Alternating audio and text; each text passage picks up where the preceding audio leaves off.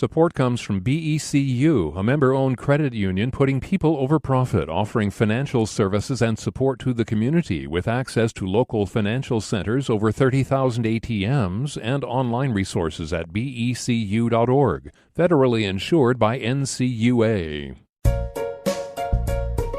Hey, it's Jeannie Yandel in for Patricia Murphy. It's Thursday. This is Seattle Now. If you could call a number and leave a message about how hard this pandemic has been, what would it sound like? I just wanted to say... We'll hear a few more examples from the New York Times Primal Scream Line with editor-at-large Jessica Bennett. But first, let's get you caught up. A Seattle firefighter is under arrest for using a coworker's email account to send threatening messages to City Council member Kshama Sawant. The Seattle Times reports that Andy Finseth faces charges of cyberstalking and identity theft. Police investigators say Finseth, who was Seattle's Firefighter of the Year in 2018, admitted to sending 6 messages from his coworker's account as part of a plan to get him transferred out of the station and punished by fire department brass. Finseth is on paid administrative leave and faces a department investigation. He's due in court March 3rd. Mercer Island might have a hard time enforcing its new ban on camping on public property that's set to take effect next month. City officials say it's meant to ensure unhoused people use shelters and other resources instead of camping outside or sleeping in their cars. Violations could lead to a $1,000 fine and 90 days in jail. But there currently aren't any shelters on Mercer Island, and other East Side shelters have lost beds in the pandemic. And that means the ban could run up against a 2018 federal court ruling that says enforcing this kind of ban when there's no alternatives available is unconstitutional. And congratulations to the L-pod of southern resident killer whales. Researchers spotted a newborn orca calf swimming off San Juan Island yesterday. They say the calf was born to a 30-year-old female known as L86, or Surprise. That's L86's name, Surprise. Young orcas often have a tough time surviving past their first birthday. Surprise's last calf died in 2014, but the Center for Whale Research says the new calf looks healthy. All I hear all the live long day is mom, mom, mom, mom, mom, mom, mom, mom, mom, mom, mom, mom, mom, mom, mom, mom, mom, mom, mom.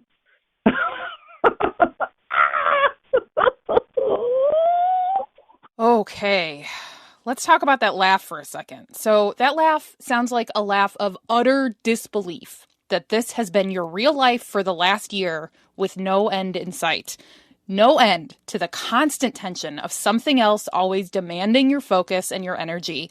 No end to that desire to throttle anyone who seriously talks about work-life balance or finding more time for yourself. This pandemic has not been easy on any of us, but moms have borne the brunt of it. Women, particularly women of color, saw the biggest job losses over the last year, and a big contributing factor to that was lack of childcare.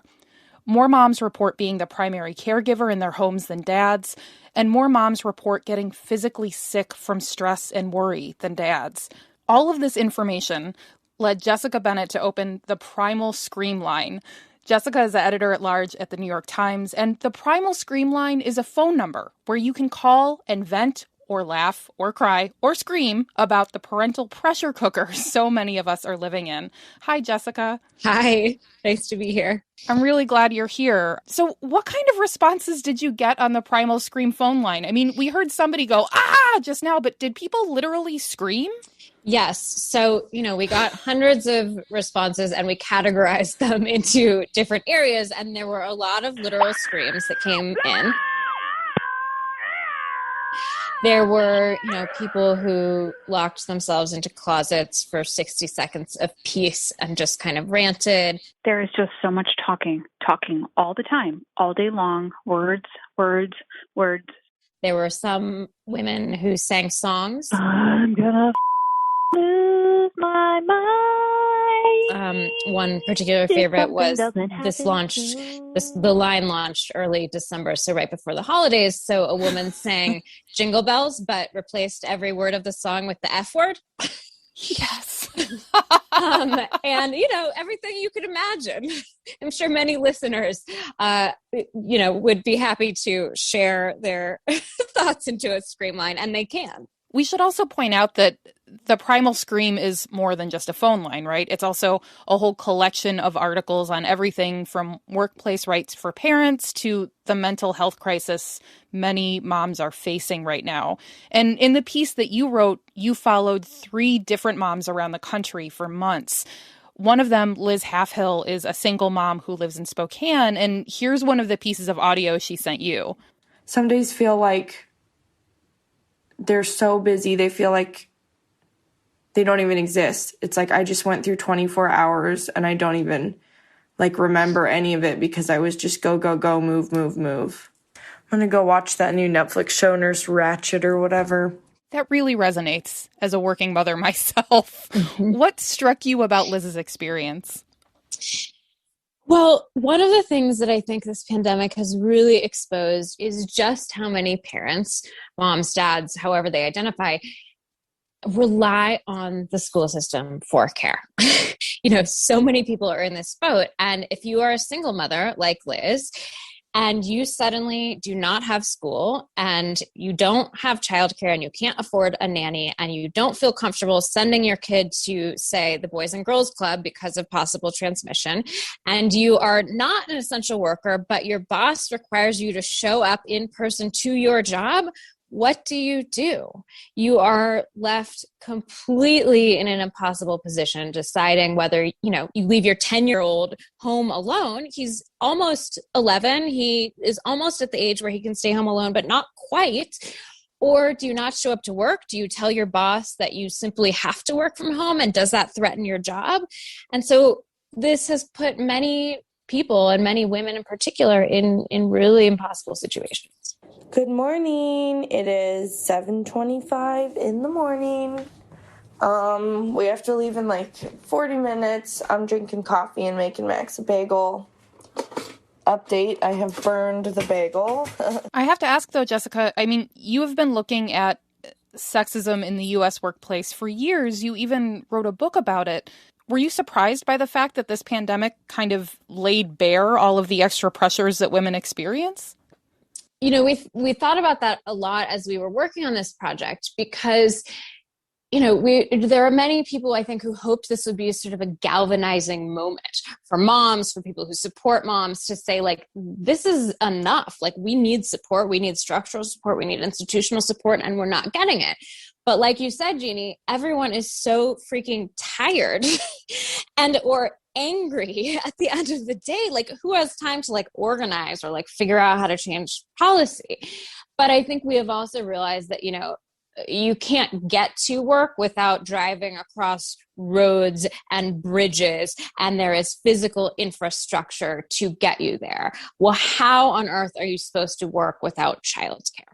It is another kind of infrastructure that is critical. Jessica, I'm wondering, in all of the research that you did and all of the pieces of audio you heard from parents who called into the Primal Scream Line, was there anything that particularly surprised you that you learned about how this pandemic is hitting parents and moms in particular? I'm not sure I was surprised so much because these are things that have been bubbling up for years. But I think the level of hopelessness in a lot of cases, we opened the line in December. It is now February and vaccines are on the horizon. It feels like things are moving toward a better place. But back then, people didn't know when school was going to begin again. And it was just endless home with kids, doing the parenting, managing all of the noises in the background. One of the women I documented as part of this, she has an autistic daughter and a new puppy and another daughter, and just the amount of multitasking that was going on in her day to day. Today's multitasking exercise involves me working, being in, say hello. Hi. Being in the car with London, Leilani is out with her where she would literally have one earbud in one ear listening in on her work conference call. She works full-time at a bank. And then her left ear listening to her daughter's schooling. Her daughter has nonverbal autism, so she cannot speak herself. So then listening to the teacher who would be calling on the daughter and then helping her type into her touchpad answers to the questions, while then on her other earphone, her boss would be like, Dakita, what do you think? And then the puppy barking in the background, like it was just madness. I just need like an hour of silence to get some work done. God. Jessica, my spouse and I have talked more than once about the fact that we're actually relieved at this point that we only have one child. And I'm wondering whether seeing what's been happening with this pandemic has affected your thinking about whether to have kids. Yeah, well, I'm very much at the age where, like, I got to figure this out real quick. And so it's been sort of a joke for my husband and I as I've been following these three mothers in different locations for the past 6 months. And I should specify following, I couldn't physically be with them because of the pandemic. So we set up this really intricate system, part of which is why we have so much audio from them, where they would keep time diaries of their days. Obviously, the last thing they wanted to do was another project, time diaries. So yes, we were trying to make it as least burdensome as possible, but we were in constant contact. And, I would say like, oh my God, how are they doing that? Like, I just have so much respect for people that are doing this. And frankly, I don't know if I could have reported out the piece had I also had children at home and was multitasking myself. So I think that it has made me realize that this isn't the way it should be. And hopefully this is not the way it will be forever, because certainly this is not the environment that anyone in their right mind wants to bring a child up in. Jessica Bennett is editor-at-large at the New York Times. Jessica, can you give the number for the Primal Scream Line for anyone who might need it?